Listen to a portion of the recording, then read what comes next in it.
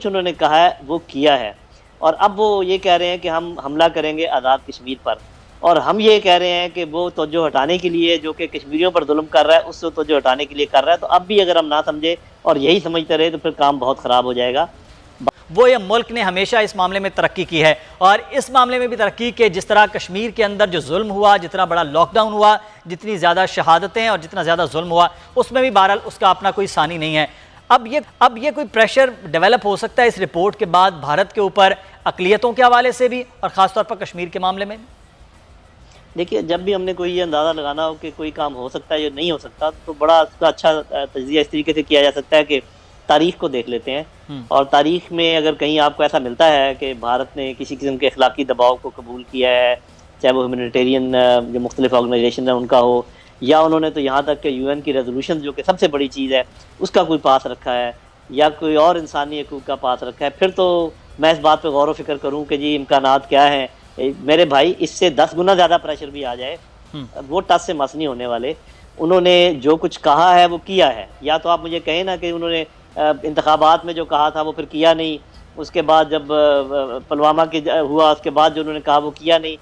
जो कुछ उन्होंने कहा है वो किया है, और अब वो ये कह रहे हैं कि हम हमला करेंगे आज़ाद कश्मीर पर, और हम ये कह रहे हैं कि वो तवज्जो हटाने के लिए जो कि कश्मीरियों पर जुल्म कर रहा है उससे तवज्जो हटाने के लिए कर रहा है। तो अब भी अगर हम ना समझे और यही समझते रहे तो फिर काम बहुत ख़राब हो जाएगा। बात यह है कि वो एक ख़ास हिकमत अमली के तहत अपना प्लान टाइमलाइंस के तहत वो चल रहे हैं।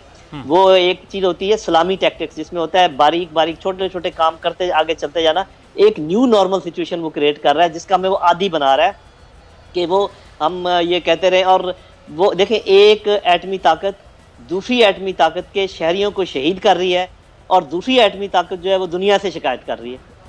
अगर ये सिचुएशन रही तो और दुनिया ने पहले अगर कोई ऐसा काम किया हो तो उसकी कोई नज़ीर मिलती हो तो फिर भी चलो हम कहें कि जी चूँकि दुनिया ने यमन में काम ठीक कर लिया था, क्योंकि दुनिया ने इराक़ में काम ठीक कर दिया था, सीरिया में काम ठीक कर दिया था, अब उम्मीद है इंशाल्लाह वो कश्मीर में भी काम ठीक कर। किस दुनिया का इंतज़ार कर रहे हैं आप?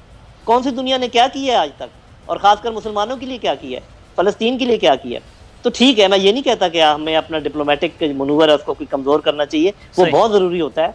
लेकिन अगर कोई आप मोदी के रवैये में या हिंदुस्तान के रवैये में कोई तब्दीली लाना चाहते हैं तो जो कुछ करना है कश्मीरियों को करना है, पाकिस्तान को करना है। बाकी आप चाहे आसमान की तरफ देखते रहें या ज़मीन की तरफ देखते रहें। जब आपने कहा कि इस वक्त कश्मीरियों को करना है, पाकिस्तान को करना है, 350 कोरोना की स्टोरी पे तो खान साहब को मेरा ये नजर ही नहीं, हमारी कोई $200 मिलियन की एक्सपोर्ट और इंडिया को $40 बिलियन की एक्सपोर्ट करता है।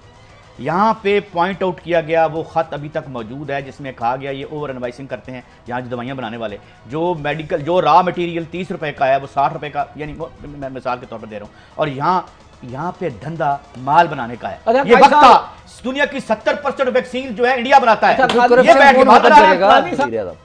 मतलब है आप अंदाजा करें, एक तरफ भारत में क्या क्या कुछ मुसलमानों के साथ हो रहा है मसाजिद में, उनके लिए इनकी जुबान नहीं खुलती मोदी के खिलाफ। अपने कमांडर को सिर्फ इन्होंने टारगेट पे लिया हुआ, अपनी फौज को। यहाँ तो इतनी हिम्मत है कि कहो कि ये आदमी मेरे पास आया था, ये फौजी आया था, ये एस्टेब्लिशमेंट का बंदा आया था, ये उसका नाम था, और अगर ले सको तो 2008 के इलेक्शन वालों का भी नाम ले देना। जरा पाकिस्तान और इंडिया को मैंने आज थोड़ा सा कंपेयर करने की कोशिश की है। पिछले एक महीने में जो अमवात हैं और जो केसेस हैं वो कितने अरसे में डबल हो रहे हैं, यानी उनका डबल टाइम क्या है। डबल टाइम यानी 1 से 2 कब हुए, 2 से 4 कब हुए, 4 से 8 कब हुए, 8 से 16 कब हुए। तो डबल टाइम इसका पाकिस्तान में और इंडिया में क्या है, दो मुल्क जनूबी एशिया के जहां पर यह वबा अभी तक पूरी तरह नहीं फैली, जनूबी एशिया में। अच्छा, इंडिया को पहले लें। इंडिया में 28 इंडिया में शुरू करते हैं 1 अप्रैल से, ठीक है।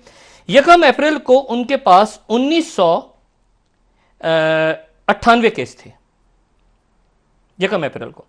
अब 1998 से डबल अगर मैं डेट लगाऊं कि उनके डबल कितने दिनों में हुए, तो उनके 4 अप्रैल को डबल हो गए, 4 दिन बाद, यानी हाँ 2-3 दिन में उनके केस डबल हो गए। उनकी डबलिंग टाइम 2-3 रोज था। तो 4 अप्रैल को उनके पास 3588 केसेस हो गए इंडिया में। अच्छा, अब 3588 हो गए, तो ये अब इसका डबल कब होगा? इसका डबल जनाब 10 अप्रैल को हो गया। 4 अप्रैल के बाद 10 अप्रैल को ये हो गए 7600 तकरीबन। ठीक। 10 अप्रैल को है 7,600, तो अब 7,600 से डबल कब होती हैं? 10 अप्रैल के बाद 17 अप्रैल को। ठीक है, एक बीच में गैप लंबा गैप आता है 7 इंडिया में, ठीक ठीक है। है। 14,352 केसेस इंडिया में आपको नजर आते हैं।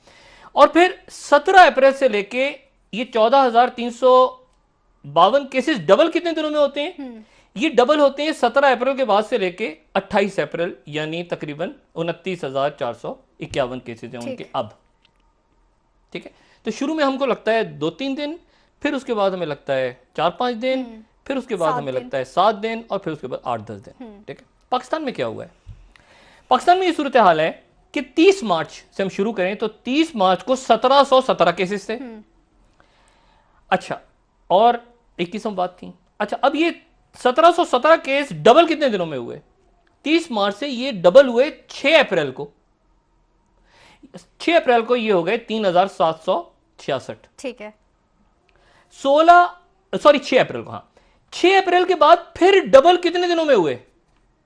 6 अप्रैल के बाद ये डबल हुए 17 अप्रैल को, ठीक है। और 17 अप्रैल को जाके ये हुए 7,025। यानी हमारे मुल्क में जो डबलिंग टाइम है केसेस का वो बहुत ज्यादा है, ज्यादा दिनों में। ये वबा उस तरह नहीं फैल रही पाकिस्तान में, अल्लाह का एहसान है। अच्छा, फिर 17 तारीख के बाद, 17 तारीख को 7,025 केसेस थे, फिर वो कब डबल हुए? वो डबल हुए जाके 17 तारीख वाले केसेस 28 अप्रैल को। अच्छा, अब इसमें यह बात भी कही जा सकती है कि टेस्ट कम हो रहे हैं, और टेस्ट पूरी दुनिया में कम हो रहे हैं। पूरी दुनिया में टेस्ट कम हो रहे हैं। Pakistan, India, America, Bangladesh, America, बरतानिया, इटली, हर जगह दुनिया में केस जो है वो कम टेस्ट हो रहे हैं।